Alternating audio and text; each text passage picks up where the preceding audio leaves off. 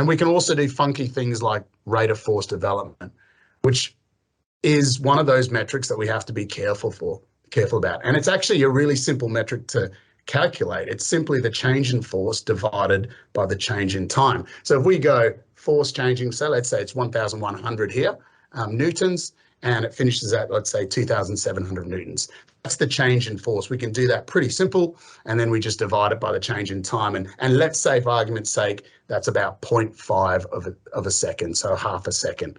We then do this a simple sum to get rate of force development. However,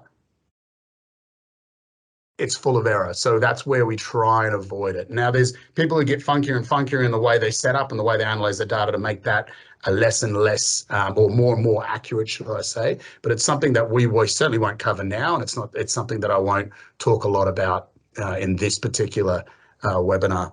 But the other cool thing we do, which is a lot more reliable, is on that force trace, we pick certain time points. So at the top, near peak force, for example, or from when the start of the contraction occurs, we then choose a number, and it might be at 50 milliseconds. It might be at 100, 150, 200, or 250 milliseconds. They're time points that we choose, and we look at exactly what force occurs at that time point, and we report that. So we then know our force at 100 milliseconds. And so they're pretty cool metrics to look at some stage.